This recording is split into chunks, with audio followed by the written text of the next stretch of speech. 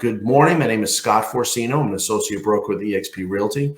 I founded PlugIntro to allow real estate professionals a chance to meet more and better referral partners. I'm very pleased today that I have Richard Silver, who's from Toronto, our neighbor to the north. I believe Sotheby's is the company. We're going to hear all about Richard and his company and himself and what's going on in the market and the Canadian way of doing real estate, especially in that part of the country. So good morning, Richard. Good morning. How are you, Scott? We go back a long, long way. Go back a long way with a lot of mutual friends and respect. And I've always admired you and always take a chance to reach you at conferences or online. And I'm happy we have this chance. And I love those glasses. Those are cool glasses. These are my Zoom glasses, my internet glasses. They're the ones that make you stick out when there's a group of people around. For sure. Yeah, I mean, you and I both would go to the opening of an envelope, as I said, and you know, we like those events where we can meet and greet and talk to people, and it's like you know, it's the way you get a lot of business and referrals. And it's a way to make important connections, and really not all of life is business. It's a chance to say, look, I'm in this industry, and here are the people that I want to align myself with, and that's certainly you. The knowledge you can pick up just sitting down, having a coffee, having a beer, whatever it is, and learning from other people and how they do their business. It's always beneficial for everybody when you're running a business. Sure, it's enlightening, but what people remember is real estate business is local. You're not going to get a tradesman or even any of the professional service providers to come too far. So PlugIntro is local in nature. It's national in scope, but I want to hear. Tell me what's going on in Toronto or what areas you cover, and what are you seeing? Well, I'll tell you a little bit about what's going on in Toronto. First of all, since COVID, I mean, I think the first 3 months of COVID, we all thought that the market was going to die and it was going to get very quiet, and it did those first 3 months. But then after that, I think people sort of looked at the place they were living and decided whether they really wanted to isolate in that property, and did they need more? Did they need more offices than there were bedrooms? And so I think the market's changed. We've gone from a lot of people saying, well, I have a 3-bedroom house, to saying I have a 2-bedroom house, but I have 2 offices.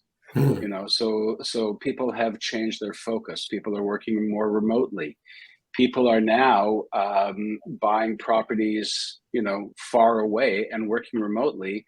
They don't have to be. I mean, New York City, they've moved out to, say, the Hamptons or wherever outside of the city. Same thing has happened in Toronto. So we've had a huge increase in the prices in the outskirts of the city, but also the inside of the city has been very, very good.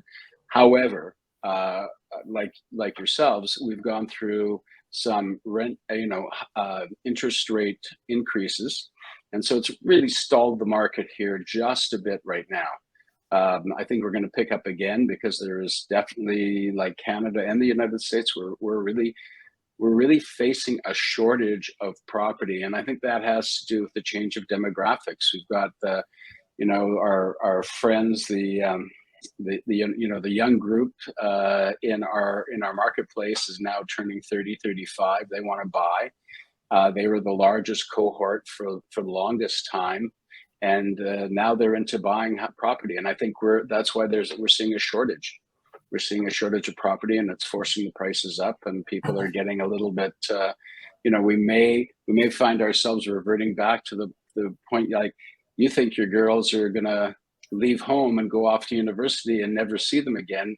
I got news for you, Scott. They're probably going to come back and live with you for 10 years after university. I hope not. They don't. I don't know. I doubt it, but we'll see.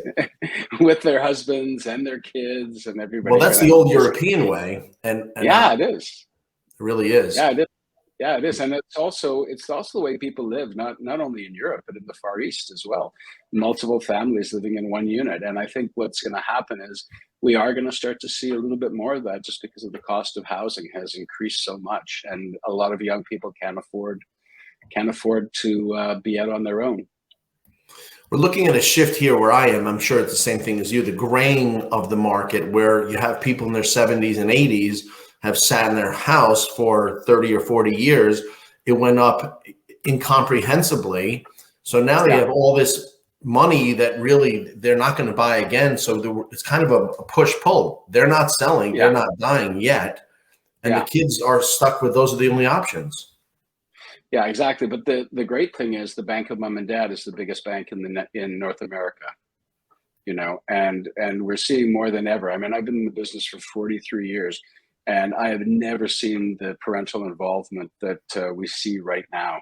Is that true? Wow. It's huge. Yeah, it's huge. Where kids are saying, you know what, my parents are giving me $1 million or $1.5 million to buy something, and I'm going, oh my God, I wish that would have been me. I was lucky to get 5 cents. Oh my goodness! When I bought my first house.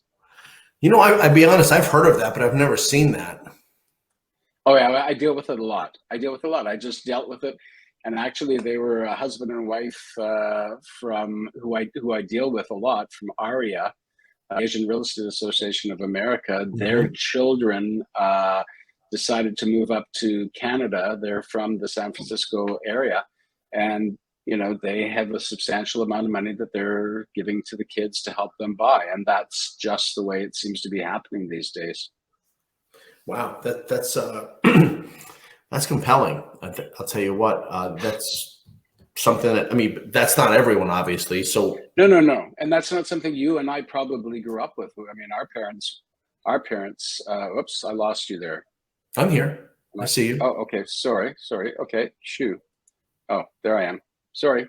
That's something my parents would never have thought of supporting me that way and giving me, the money to move and to give me a substantial down payment. I mean, they would have helped me with the loan or something, but we're seeing really a lot of money now from parents. Doesn't mean that they're not getting financing, doesn't mean that they're not getting secondary financing if needed, but it does mean that there's a much larger down payment from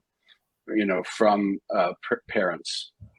And I guess that's helping people with their getting offers accepted. If you're putting much more down, what are you and the sellers thinking about that?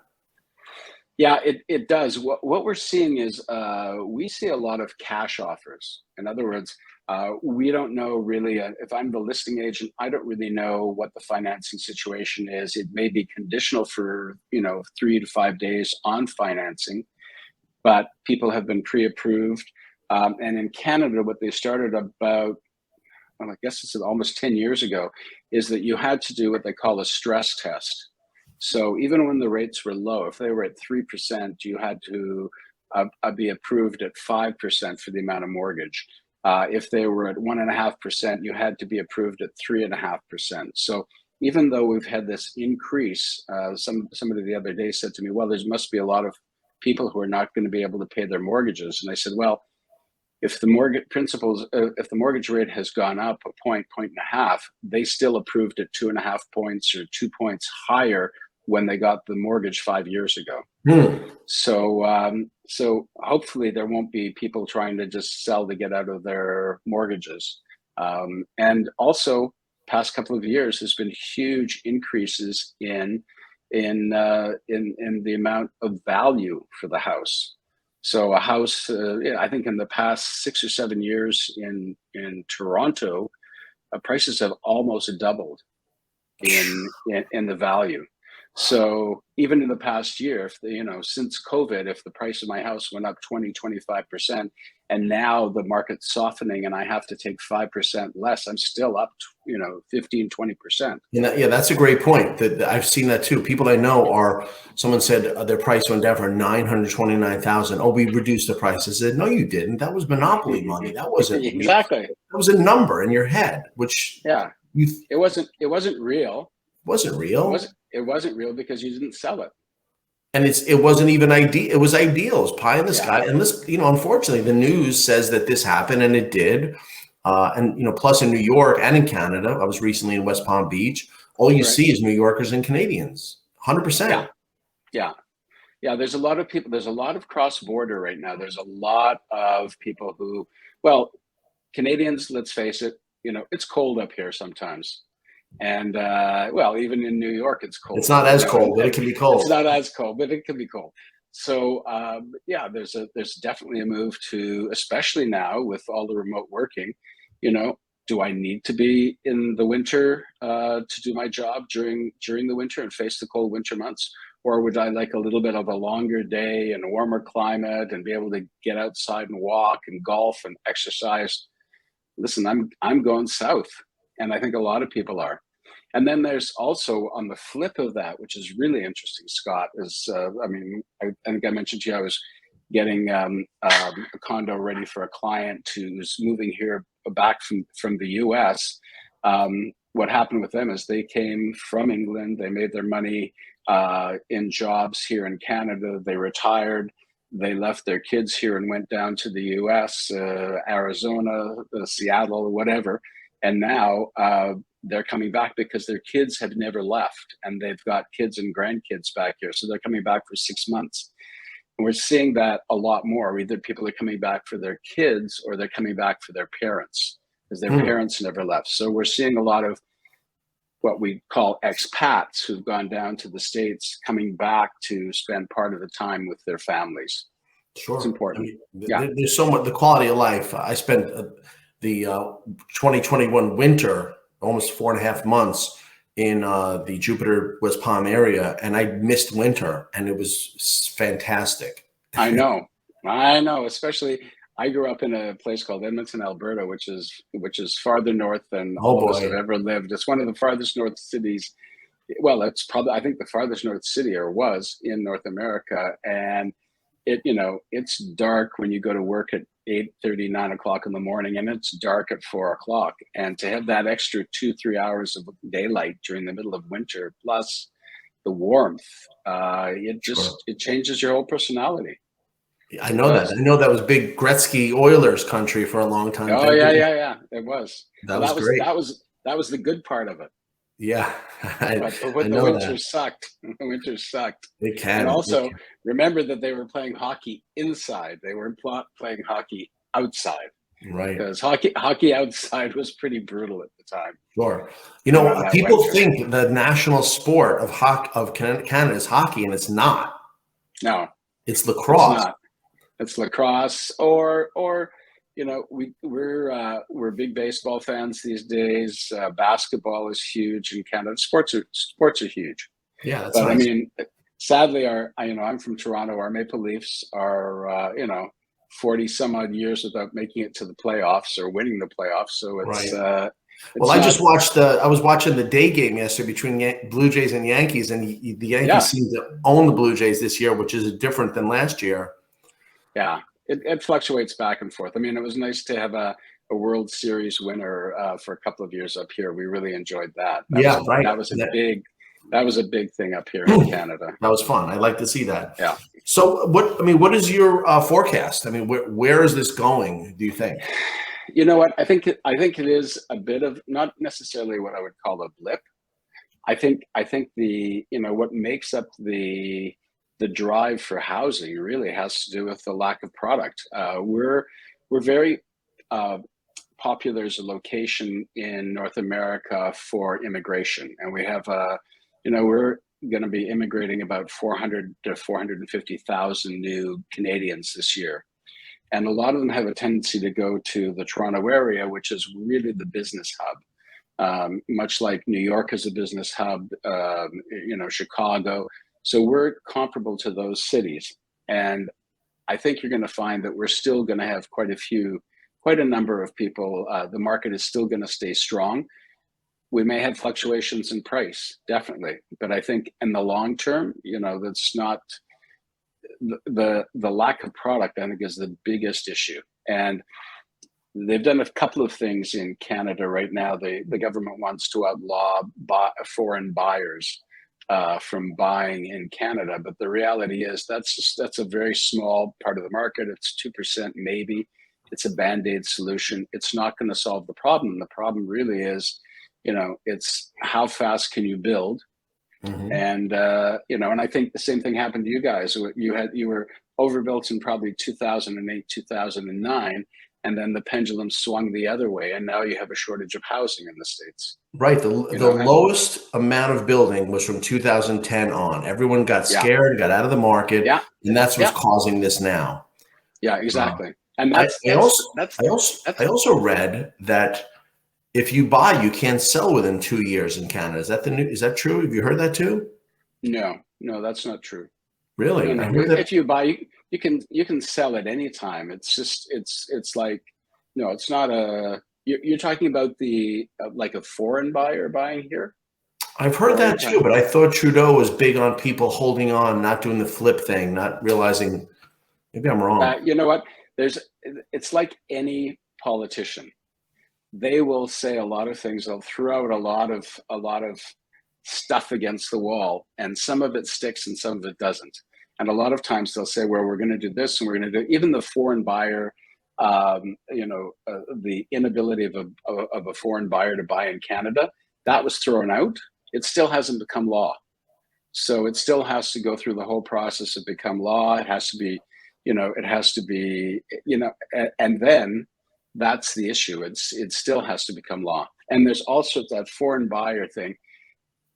There's all sorts of ways around it. You can pay the foreign buyer's tax, and you can buy as long as you're starting on your permanent residency. So Okay. so that's the thing, is what they're trying to do is, they don't want somebody to buy and not occupy a property. They want somebody to buy the property, live in it, bring their family here, educate, whatever. That's fine. It's to stop people in other countries just placing their wealth in a house and forcing people who live in the area not to be able to afford. Well, if you look at there's the Billionaires Canyon. It was on Fifth Avenue, and something like 95% of the Chinese investment Yeah. was on completely unoccupied. So much so that both New York, I want to say city, and Miami-Dade County, whatever that is, had anything above 1 million for Miami, which is crazy low, and 3 million, this is a few years ago. The members of the LLC had to be identified, which defeats the entire purpose. Right. Yeah. Yeah. You get into all sorts. Well, you also get into financial transactions, and is money being hidden? Is money being is it from drugs? Is it from illegal enterprises? And then you get into all sorts of things. There's a statute that we call FinTrack, which I have to identify all my buyers, all my sellers. I have to make a decision as to whether I think that they are laundering money or not. Really? Yeah. It puts me in. I'm all of a sudden become a part of the law enforcement. Which is Well, crazy. I It's mean, the same thing. I think that's crazy because you're very sophisticated, but what about the brand new agent? Yeah, well, the brand new agent, there's all sorts of questions that you have to answer, and it's monitored on an ongoing basis by the government. And the reality of it is, even when they've done the monitoring, they found a very, very small percentage of it is money that's been laundered. Because the thing with laundering money when it's real estate is, as you know, is not as liquid as other products are. Mm-hmm. And I think maybe that's, that yes, there might be people putting money and, necessarily hiding it from their own government, but it's not necessarily money that they're trying to launder in any way, shape, or form. Well, this is another conversation for another time, but I was reading Yeah. this article how, believe it or not, until the late 70s or even early 80s, housing was not connected to money.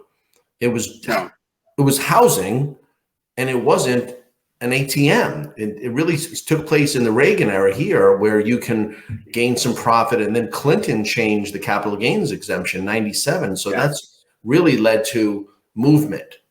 But see, on your personal residence, there's no capital gains in Canada.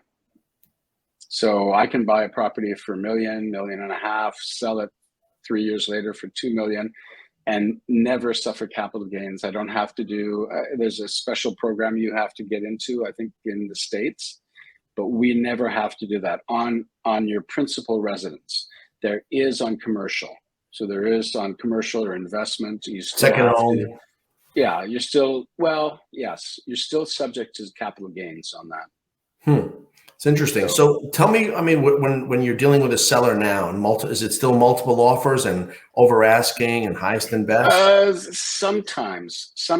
Recently, it's changed. It's been about 2 weeks, And a lot of properties that we thought would sell in multiple offers are sitting there. And, hopefully you have a reasonable seller that you can talk to who's going to read the newspaper and turn to you and say, you know what, I realize the market has changed. I'm going to have to do some, I'm going to have to sharpen that pencil. And hopefully they're willing to go ahead and do it, and they listen to you. But the reality is there's so much press right now that is really, and whether it's the stock market, bless you, whether it's the stock market or whether it's the interest rates, it's right now the press is not great as far as investments are concerned, and as far as purchasing is concerned. So I know there's a great deal of resentment with the sellers because they are angry. They thought they missed the boat, and this was January compared to now. I didn't get what my neighbor did, and I'm going to have to get less. But the reality was that was fluff. That was fluff. That wasn't real, And yes, I can say, well, I sold my house a year and a half ago, and look how I am doing. But in the meantime, there was, there's other things that I did with that money that have also increased in value. So, it washes itself in the end. Greenspan before the crash was calling the run-up, who's I guess the Federal Reserve chairman, called irrational exuberance. Yeah. Coined that phrase. Yeah. I mean, you and I have been in the business long enough to know when the prices go up that fast, that quickly, that it's not reality. It's one of those things, jump in, take advantage of it. But if you're waiting for the market, if you're waiting until springtime, until the flowers are out in your garden to put the property on the market, and you've left, say, we had our biggest markets here in January and February and March, and then all of a sudden in April it started to slow. So if you were waiting for May to, for the flowers to come up in your garden before you put the house on the market, you've not done yourself a favor. Well, let me ask you, you're in the North and New York and a lot of the North Atlantic states and New England. Don't you think that the slowdown you're mentioning, I was talking to someone, I think that the true spring market, you're now getting 70 degrees. People on weekends are looking. I think that, yes, the January, February was a time, but whatever loss I think is going to be countered by just the weather and the normal habits. Yeah, I think so. I think somewhat. I think activity-wise, yes, but I think the change in the rates have made what was affordable for somebody no longer affordable, and that's where you're going to see. But I do think that in this next period, I know in Canada you go in, you apply for a mortgage, and you get a rate that's fixed for 60 days, 90 days, whenever you're going to close. And now what's happened is people are dealing with a rate that they got 2 or 3 months ago. They want something that's going to close within a few days or close within a few months, because they don't want to go to that higher amount in their mortgage. So there's an advantage for them to buy right now. Sure. So I think those are the ones. Those are the people we got to keep in mind. And it's some of it. I speak to bankers constantly about this. There are people believe right now on 60-day locks for the 3.5, and not only are they deathly afraid of losing it, but they're also, some people won't qualify. They're that thin on the margins. Yeah, and that's a problem. I'm part of a group, and one of the things I'm worried, not only will they not qualify, but what about the appraised value of the property? What happens if there's a shortfall? Where does that money come from? And I've seen clauses now that are written into some agreements, purchase and sale, not necessarily in Canada, but in the States, where they're looking for some sort of protection that if the house doesn't appraise, this deal can still go forward. Well, that's from the seller's side. There are a lot of deals, and I've done it, are waiting for appraisal contingencies. But that, to me, in New York, the southern part, realtors give way to lawyers at the end. So anything could be agreed to. Then the lawyers draft it, and then that's the contract. However, and I have not seen this happen, what is going to happen the time when there is a closing date and the appraisal was low and the buyer agreed to make up the difference, and they don't? Yeah, they don't, or they don't. Yeah, this is, then it has to be renegotiated, I think. in Well, terms of the marketplace. And strictly speaking, and I was in a deal with some broker in the city, and they said just what you said, "I'll be renegotiated." I said, but you know something, the contract doesn't provide that. If the appraisal's low, the mortgages decline, and the deal's off, the fact that you even want to renew discussions is itself an accommodation, but it's somehow understood. And with, you know, not with everyone that's gonna work. We're gonna get into some lawsuits. We're gonna get into some issues. Yeah, I mean, the clause that I've seen that was passed around by some of my U.S. Friends basically provided for a renegotiation at the end. If the house didn't appraise and they didn't have enough, it provided for the ability to renegotiate. Mm-hmm. However, in the situation that we're living with in Canada right now, we don't really put that into the agreement of purchase and sale. So if there is a problem on and the house doesn't close, and we've gone through this before, I mean, you end up in litigation, and that litigation can be very long and sustained until the actual property can either close or resell, or, you know. And if I walk away from a transaction, and the property has to sell for less, am I responsible as the buyer for the delta between the two prices? That's interesting, because really in here in New York, the only remedy a seller has is to liquidate the down payment. The problem is it's not automatic, like hitting enter. You're dealing with lawyers and escrow agents. And if they say, let's keep the money frozen, then everyone is sad. So that prompts the renegotiation. Yeah. I mean, I think you're in a situation where you think, finally, oh my God, it closed finally. You know, it's just, there's a lot of moving parts, and I don't think people realize that when they get into it sometimes, and especially when the market changes. And I think we are in a point right now where the market is changing. It is. Everyone, you know, I say people had it too damn good for too damn long. And if you see on Facebook, these mortgage guys with big, nice cars and, you know, fancy watches, they're too young. I'm sound like an old crow. They're too young to get this. Might not last.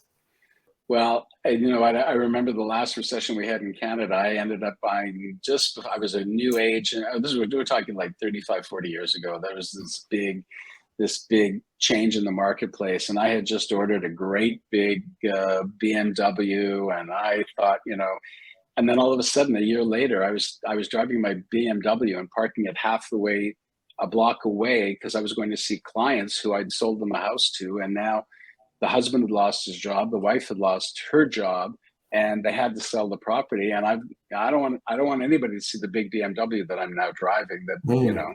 Good point. So you have to be very, you know. I think maybe I'll have to get some sort of maybe one of those little scooters I'll get for the next few years. Or a beater. You know, I've seen people driving up in beaters.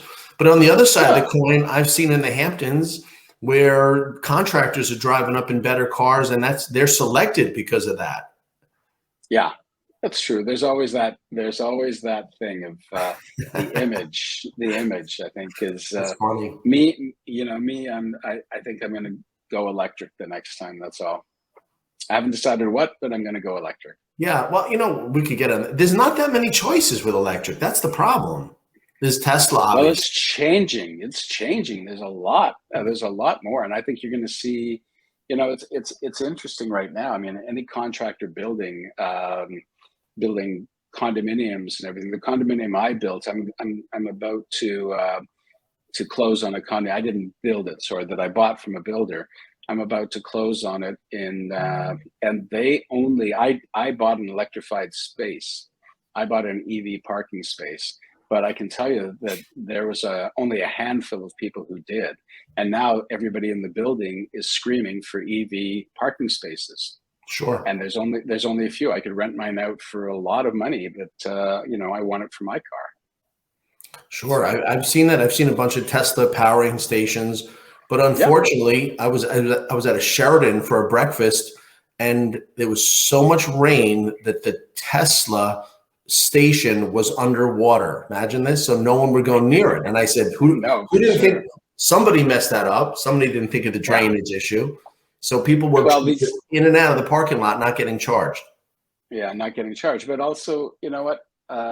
these days people look at the cost of gasoline right now. I mean, I wish, I drove my car into to get filled up the other day, and I wish I was already electric, because the cost of filling that tank was, 2 times more than it was a year ago.